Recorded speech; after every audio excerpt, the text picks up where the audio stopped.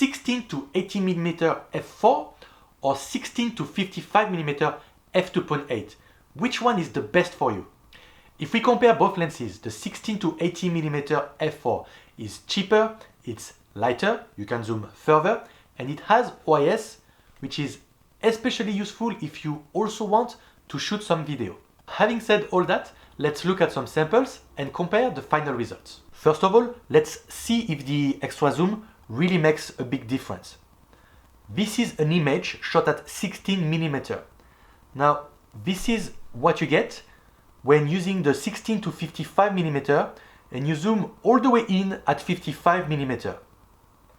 Now, let's get back at 16mm, and this is now what you get with the 16 to 80mm when zooming all the way in at 80mm.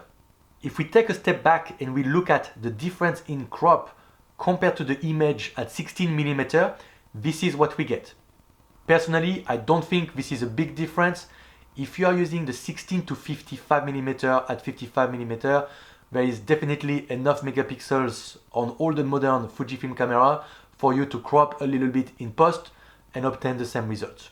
Now let's look at something completely different and compare the bokeh on each lens. The way I have decided to look at this was to put myself in a real-life travel situation, because I really think this is how a lot of people are going to use their 16 to 80mm f4 lens. So for example, this is not a test where I get crazily close to something to maximize the bokeh in the background. This is a real-life situation. So imagine you are on holidays in Japan and you are walking down the street. This is called a Koma Inu. You find these statues in front of every shrine. So let's say you want to photograph this Koma Inu and you want to isolate the subject from the background as much as you can.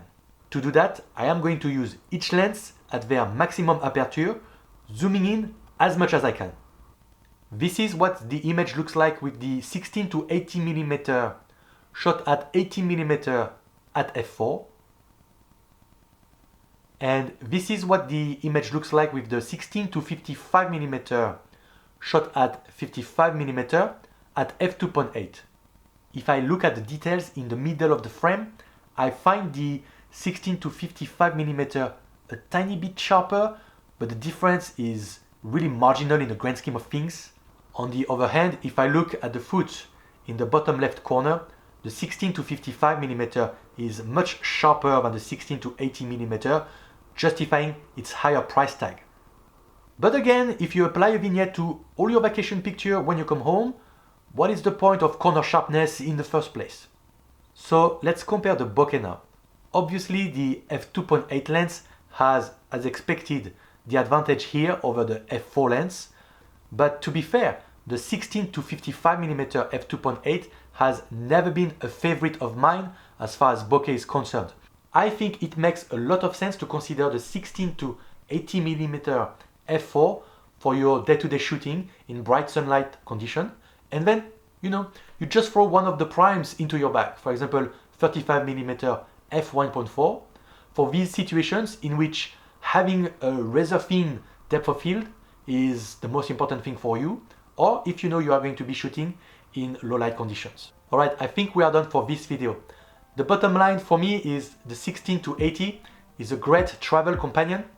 It's not the best image quality, it's not gonna shine in low light conditions, but it's light, it's cheap, it's versatile, it has OIS, and it's going to be great if you take it with you on your next holidays. I hope you guys enjoyed this video. These were just my personal thoughts, so let me know what you guys think in the comments down below, and I will talk to you soon. Take care.